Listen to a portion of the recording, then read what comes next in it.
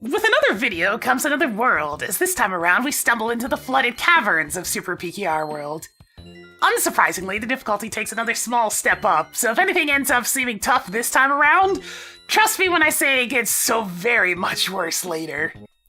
Unsurprisingly, this world's theme should be pretty obvious. It goes a little something along the lines of, let's see... Water and water and water, water, water and water and water, water, water and water and water, water, water and water and water, water, water and water and water, water, water and water and water, water, water and water and water, water.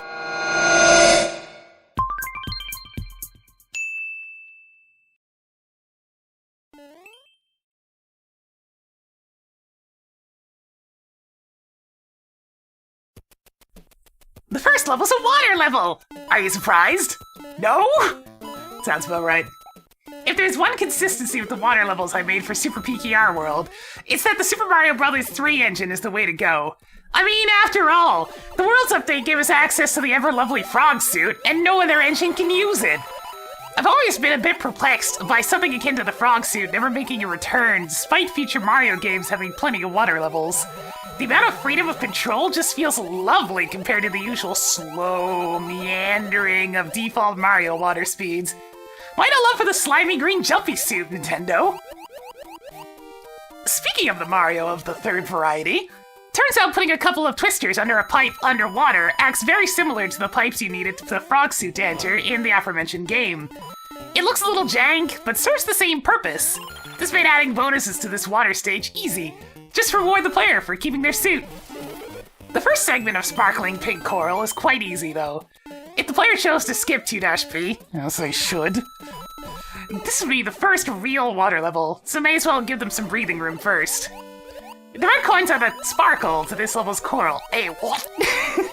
And gets you to look around the whole first segment to eventually reach the first checkpoint. If you want all the stages totally not dragon coins, you'll have to explore this first area thoroughly.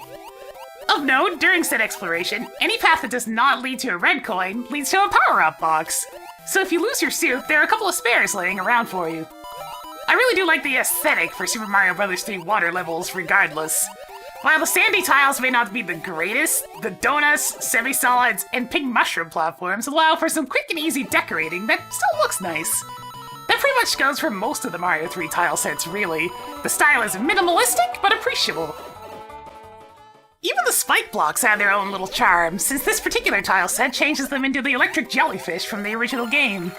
This does have the side effect of making it one of the only tile sets where I just scatter spikes randomly around like this, though. As when it is jellyfish, the random spray makes a lot more sense. Either way, with all the red coins gathered up, it's time to zoom over to the checkpoint. The stage is a touch lopsided due to the red coin hunt in the first segment, but it's better that than risking the player losing the key and having to do it all over again. Here we see the usual issue with the frog suit, land. A quick tip to help out in segments like this is to try and hold onto a shell or other objects, as this allows you to move more normally. This is specifically why I chose mostly shelled enemies like Koopas and Buzzy Beetles. Just be careful they don't pop out of their shells while still in your hands. Jumping with the frog suit without holding an item, however, has some quirks.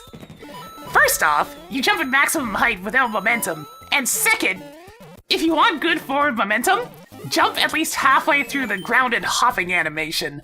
Otherwise, you'll be trying to move forward in midair and you'll find yourself going nowhere. The second water segment of this stage, while short, has a specific task for the player. Better precision. Blasting around at full speed may not be recommended if you want to avoid kissing a fish. I was running out of screens in the subworld when making this section, so some level of space efficiency was necessary, thus the thin corridors. It's one of the trickiest limitations when it comes to Super Mario Maker 2, really. The number of screens permitted for a stage works well for dense levels that pack a lot into every screen, but for faster paced stages, it can often feel like not enough. Forever the struggle with purposely using limited creation tools.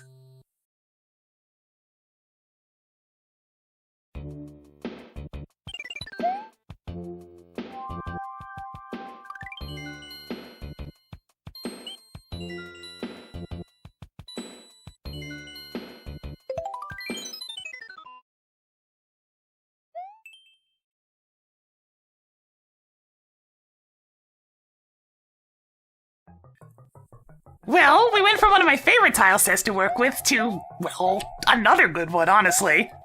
Starting things off here in the underground, I make sure the player knows how to spin jump.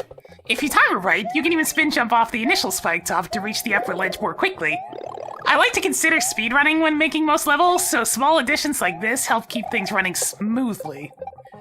On the subject of this tile set again, though, can we just take a moment to appreciate the swing and groove that is this theme's editing music? Here, let me just pause this and take a quick little sampling.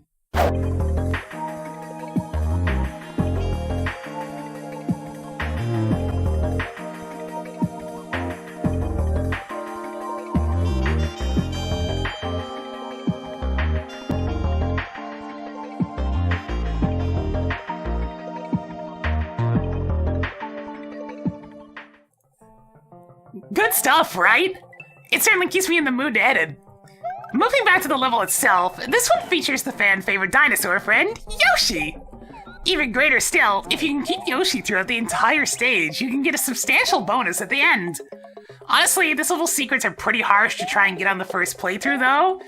Aside from making the checkpoint kind of meaningless, there are a lot of places where Yoshi can get caught on a stray toothpick and go soaring off to his demise.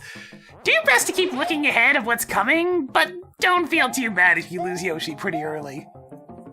I like to try and add little visual hints when I can into these levels, such as the cutout portion directly below this.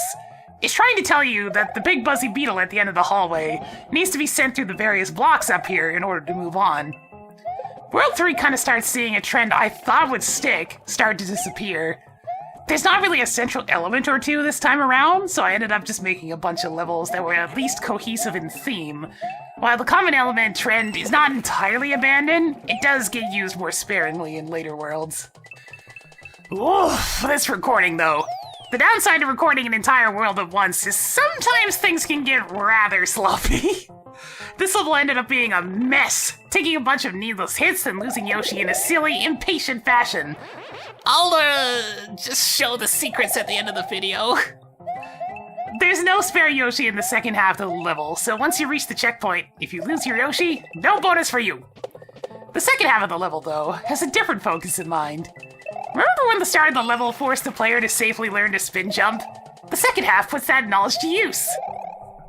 The spin jump remains one of the most busted moves Mario and Co. can perform, but designing obstacles around it's pretty fun. Doing a spin jump from platform to platform via enemies can add a surprising amount of tension, despite it ultimately not being very dangerous. Just make sure to pull back and get a little momentum if you need to make a big jump. Following the coin trails in this level gets pretty important once the jumps start getting a little more precarious, so do try not to ignore them. I really want those trails to help you, honest!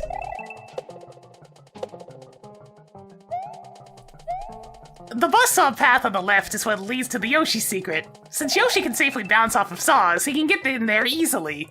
If you do try going without him via invincibility frames, you'll get stopped by a gate that requires his specific abilities.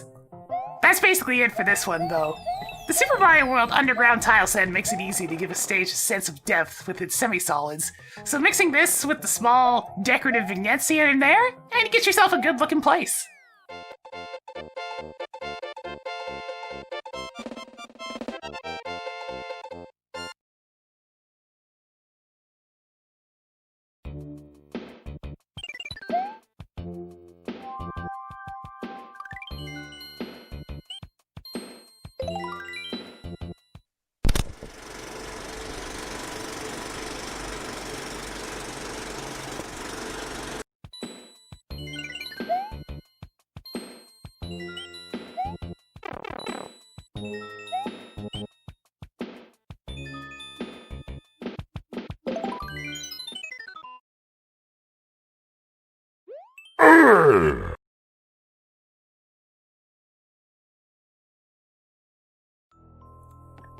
Alright, to quickly explain the level name, Maverick is a term that has been commonly coined for thwomps that move in non-standard directions, such as sideways. Okay, got it? Clear as mud? Good. The stage itself, though, this is one of those stages that is just kinda I recall making this one in the middle of the night, using the Switch in portable mode in bed since I could not sleep. Some of that sleep-deprived thinking made its way in, and well, here we are. It could be worse, but ultimately comes out a touch bland for my tastes. It does have some quirky segments I kind of like, though, such as this dangerous thin snake block where you need to be careful of enemies being dropped on top of you by the thwomp. Most of the stage has me mucking about with ways to use snake blocks, pushing thwomps to some success. Just remember to watch for such hints as arrows, yeah? If you want the enemies and blocks to be less of a worry, there is a strat. Stick to the very front of the snake platform, and you should be able to coax incoming thwomps to release the enemies too early, sending them down to their inevitable doom. Should you manage to hang onto your mushroom, this section is another spot where knowing how to crouch jump helps out a lot. It's basically what it says on the tin, jump while crouching. The snake block moves so slowly that you should not need a running start to dodge anything like a pesky ghost. The snake block path does bother me at least a little bit due to having it change directions one block away from the breakable blocks. That's just asking for a player to accidentally plummet to their doom. Not a good look there past me. With the checkpoint reached, though, we come to the Mavericks of this Maverick Mansion. Taking the spin jumping learned from the previous stage, you're expected to bounce along the sideways thwomps to progress. Now the Super Acorn does throw a bit of a twist into all of this. You cannot carefully adjust your spin jump height with it, or you'll launch yourself into that upward flying move instead. This fundamentally changes how the latter half of the level works, so I'll show its benefits off a little later. For now, the intended route here is to spin jump along the giant thwomp, racing ahead of it as needed. Coins and arrows are very important to listen to if you do not want to meet an unfortunate fate. I made sure to keep using parachutes for these types of thwomps, as keeping up with a full speed one can be pretty tough. This is still only World 3 after all, no need for making the player rush that badly just yet. The obstacle just now, the coins tell you to set the small thwomp off first before heading up top yourself. If you fail to get the small thwomp chasing you, you're doomed. Also this final obstacle, just hold right when spin jumping off the wall. That's what the Z and right arrow mean. That about wraps up Maverick Mansion, though. Overall, a simple stage that does not do a ton, but sticks to a pretty consistent premise throughout of messing with thwomps. Just one more level to go check out before heading off to the castle! You made it!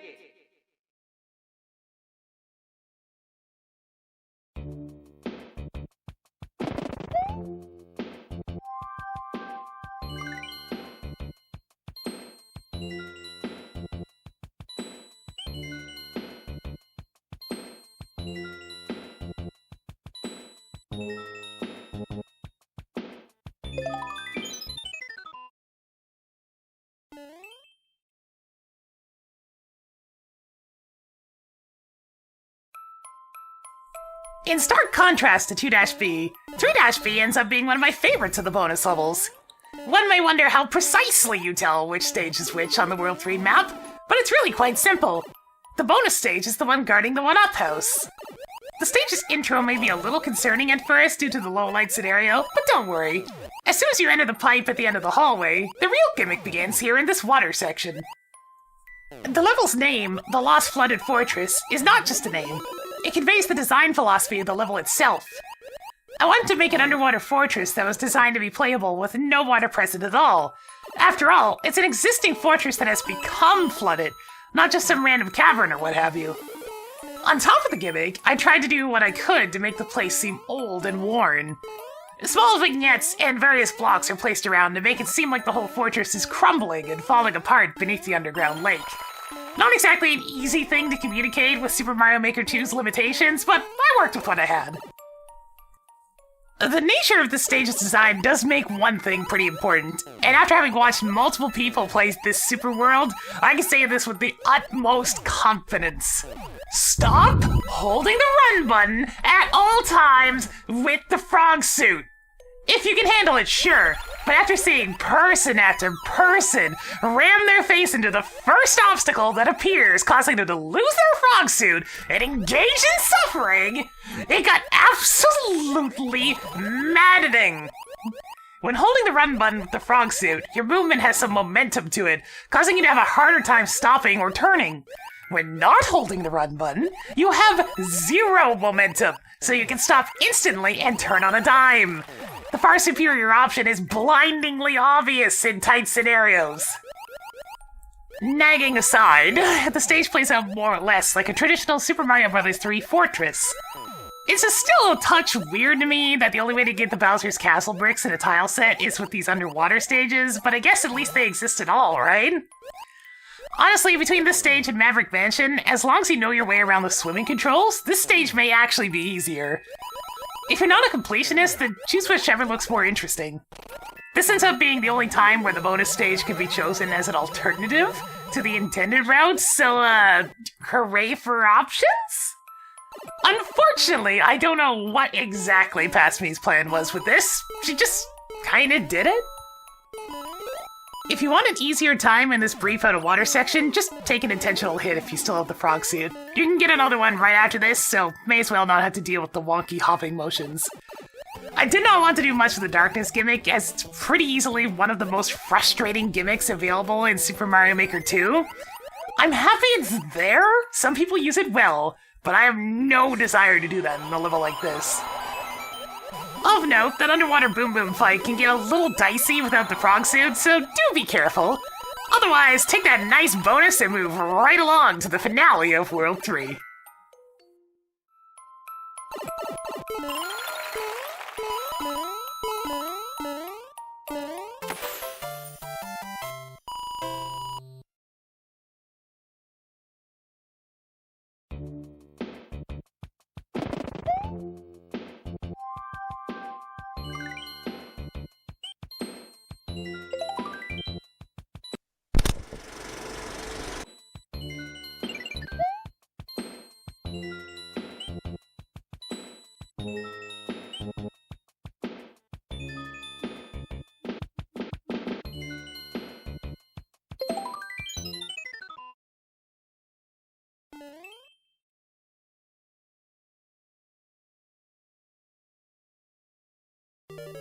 You know, I could start off the stage by making a joke about being in hot water in regards to difficulty, but nah.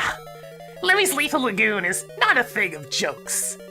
While it didn't intend for this level to give people as much trouble as it has, such is the nature of basic puzzle stages, I guess.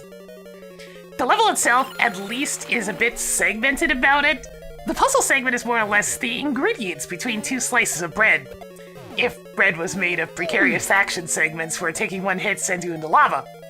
The reason for this? The dry bones shell in all of its fragile, slow-moving in the lava, painful glory.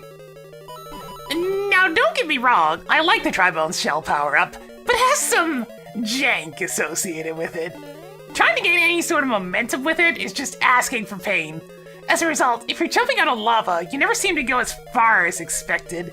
This combines with the slow movement speed in lava to make things harder to dodge than at first they seem. I probably should have taken it a little easier on the player, as this is the first appearance of the dry bones shell in the Super World. But well, we're at the end of World 3 now. Time for some trial by fire, biatch! Alright, so the first puzzle coming up. I give people credit for thinking up the solution of placing a second dry bones shell onto the conveyor belt, then using that as something to jump off of, but like, you could just jump out of the dry bones shell. The seesaw does not go back instantly. There's plenty of time to hop back in and be on your way. In fact, most of the problems in this vertical segment can be solved by jumping out of the dry bones shell. You need to maintain it all the way to the drop-off point, but, well, the thing does not have very many functions. You can mid-air jump, you can ground pound, and you can crumble. That's about it. Thankfully, reset doors do exist to let you start from the top without taking a death, so you have a while to figure things out. The reset room shows a couple of quick tips, mainly that you can get through buzzsaws with a dry bones shell, and that you need to leave a dry bones shell to follow a conveyor at the spot where the recorder run just had to go through a reset door, so this spot right here, if that makes sense. That's really it though, just a couple of seesaw puzzles solved by jumping out of the dry bones shell. The rest is more action-y as you make your way to the bottom. Though this brings up another understandable issue. You can crumble with the dry bones shell by pressing down to become invincible, but you can also hold down to make the invincibility period last much longer. This knowledge is very important for this stage. You can get through most of these buzzsaw segments with just a quick crumble, but not all of them without precise timing. Just think of it this way. hold down to stay crumbled, but press up to get back out of the crumble. That should help build some muscle memory. And while yes, I did enjoy making a silly cinematic of sorts to emphasize just how far down the player falls at the drop-off point. Thematically, consider yourself as having just been thrown down the rubbish chute. All of it was supposed to get sliced up by the earlier buzzsaws, so with that trusty dry bones shell, an escape is made. This little section demands some patience, but if you have a hit or two, you could probably just get away with rushing it. The next checkpoint awaits at the bottom, after all. The final segment of this stage is all about tight squeezes. From trying to sneak in the last totally not dragon coin to the boss fight, there's really not a lot of room to move. While I do fail to get said coin for a bit, I want to point out something that I made a habit of throughout the Super World. I've been marking all the Potaboo locations with a piece of track. I like Potaboos, but find they're one of the least fair obstacles that you could choose from, so I use them more sparingly. Keep an eye out for these oddly placed tracks during lava stages, as they're your best warning before getting an impending fireball to the face. Lemmy is a tricky fellow in this room. I wanted to make sure the bouncy balls would be problematic, so there's a risk of them pushing you into the lava on the sides. Usually the struggle here is to land the first hit, as Lemmy's fairly easy to combo after that, provided the fire cycles line up well at least. With that though, World 3's all cleared out, and as the Pokey at the end of the castle shows, next up will be a trip to the scorching deserts of World 4. The difficulty takes a more significant step up next time as Super PKR World slowly becomes more and more unforgiving. That'll be for next time though, so until then, well, I would say take care, but we got extras, yo!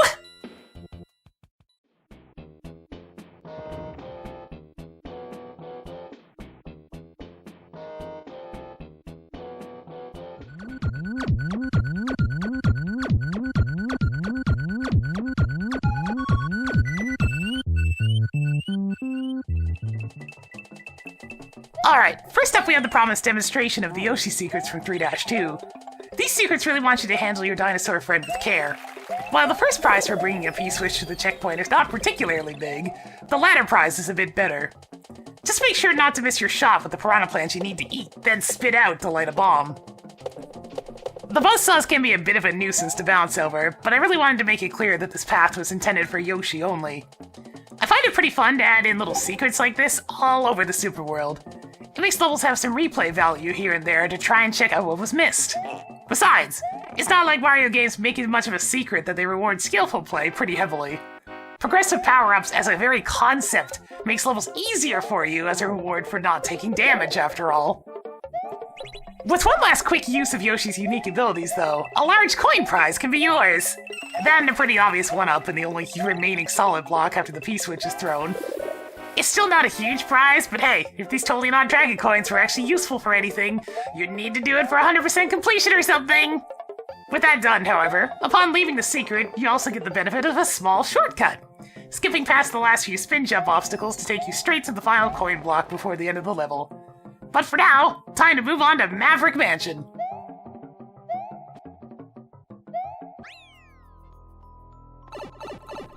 I hinted at this during the initial run, but the Super Acorn completely changes how this section works.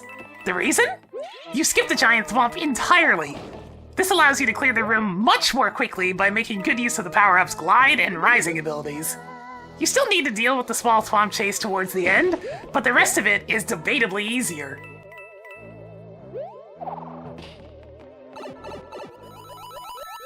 Finally, World 3 ended up causing the first death in the recorded run. Those with sharp eyes may have noticed the coin discrepancy at the start of 3-B. I got greedy with how I went for this big coin and approached it very poorly, then clumsily mucked it up even worse after getting hit, leading to a whole cascade of failure. With that though, this was everything I wanted to add at the end, so this time I shall say, I hope to see you all next time for World 4, and take care!